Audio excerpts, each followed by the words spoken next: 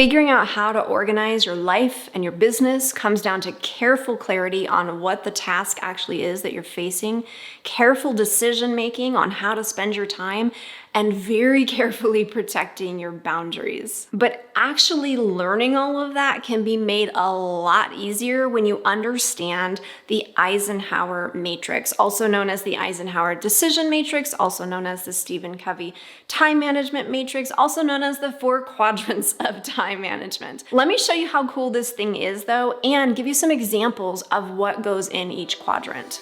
I'm Tara Wagner, breakthrough coach and lifelong entrepreneur. I help other entrepreneurs use a holistic approach to business so they can create profits they can depend on without burning themselves out. If that sounds like your jam, be sure to check out my free training on how you can do the same. First of all, let me give you a little bit of background on this so you understand just how helpful it is. This was created by a 5-star general, supreme commander, and former president Dwight D. Eisenhower. To say that the man was busy, to say that he had a lot of decisions to make or a lot of distractions is kind of an understatement. It was then popularized by Stephen Covey's book, The 7 Habits of Highly Effective People, back in 1989, and it has been used again and again in so many different scenarios. Once you understand how to use it, it's going to change the way you look at things coming into your life and really help you make better decisions about how to prioritize them. So let me explain these quadrants. You've got importance on one side and urgency on the other. And in your top quadrant, quadrant 1, this is your important and urgent quadrant. So I want you to think about these things as being small crises. This could be emergencies, things that demand your immediate attention. Some more examples of things that belong in quadrant 1 could be impending deadlines, your website crashing right in the middle of a sales rush, accidents or injuries, some client or customer management, but not all, broken technology that needs to be fixed right away so that other things can be working, maybe picking up a sick kid from school, sending invoices. These are your highest priority tasks, activities, or things that you need to take care of. These are the things that when they come up, you need to drop everything and do them now. Quadrant 2 is your important but not urgent stuff.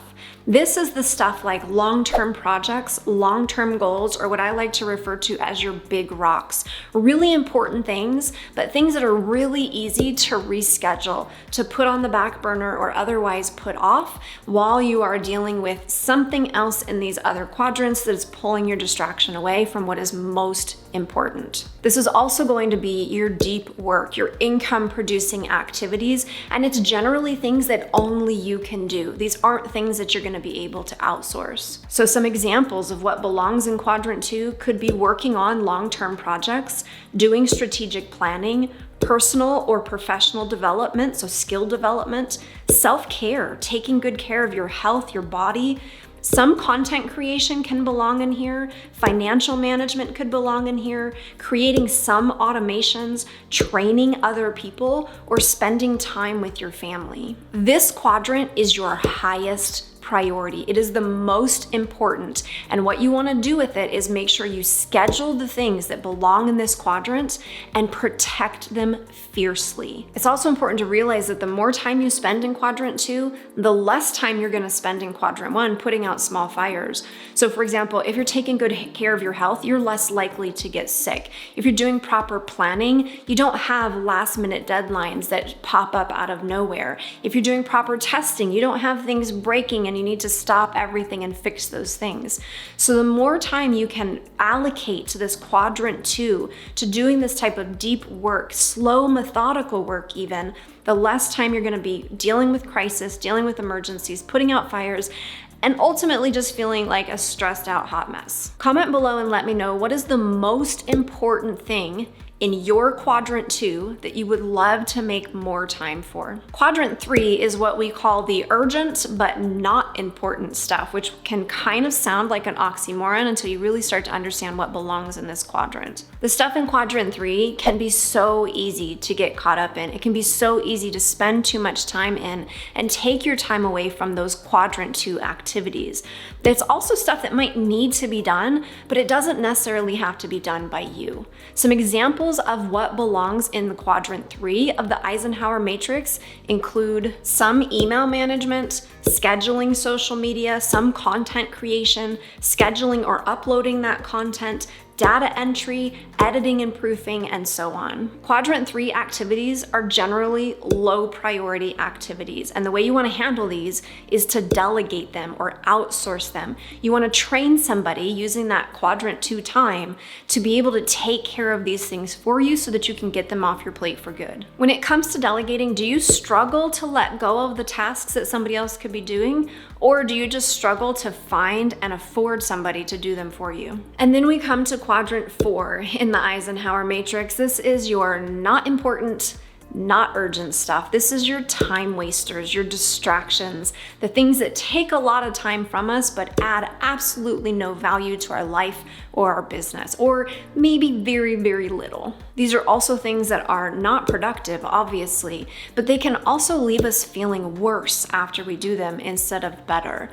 Some examples of what goes in quadrant 4 include scrolling through social media with no real intention or purpose, excessive television, staying up too late, some types of research, stalking the competition and comparing yourself to other people, some emails, endlessly tweaking shit, and other examples of ways that you waste your time. I would encourage you to drop some examples in the comments below. Quadrant 4 is not a priority at all, and the way you handle these things is to do whatever you can do to limit, eliminate, or otherwise minimize these distractions. Now, this doesn't mean that you can't watch television or you can't enjoy games on your phone or you can't enjoy social media.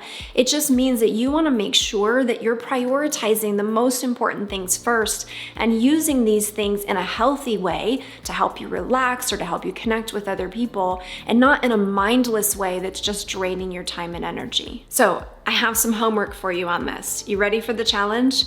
I want to encourage you to get a piece of paper, draw out these quadrants for yourself, and then look over the tasks that you've completed over the past week and plop them in each of these quadrants. And then ask yourself, how much time, what's the percentage of time that I'm spending in each quadrant? And what are some changes I can start to make? Now, I want you to know when you first do this, it's going to be eye-opening, a little uncomfortable, and you might kind of feel like crap.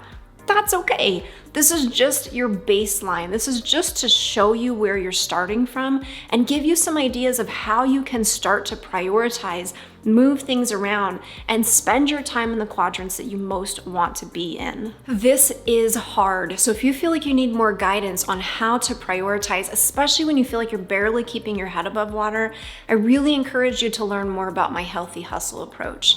My free class, How to Use a Holistic Approach to Create a Profitable Business Without Burning Yourself Out, will show you the 3 mistakes small business owners are making and introduce you to the approach and the strategies and the tools that I use to help you create a 6-figure business in less than 40 hours a week. If that sounds like something that would support you, be sure to check out the link for the free class in the description below and grab a seat for yourself. Be sure to also give this video a thumbs up if you found it insightful, fist bump in the comments if you made it to the end and let me know your biggest takeaway. And then be sure to check out my next video on why your to-do list is not getting done. It's gonna be pretty eye-opening too.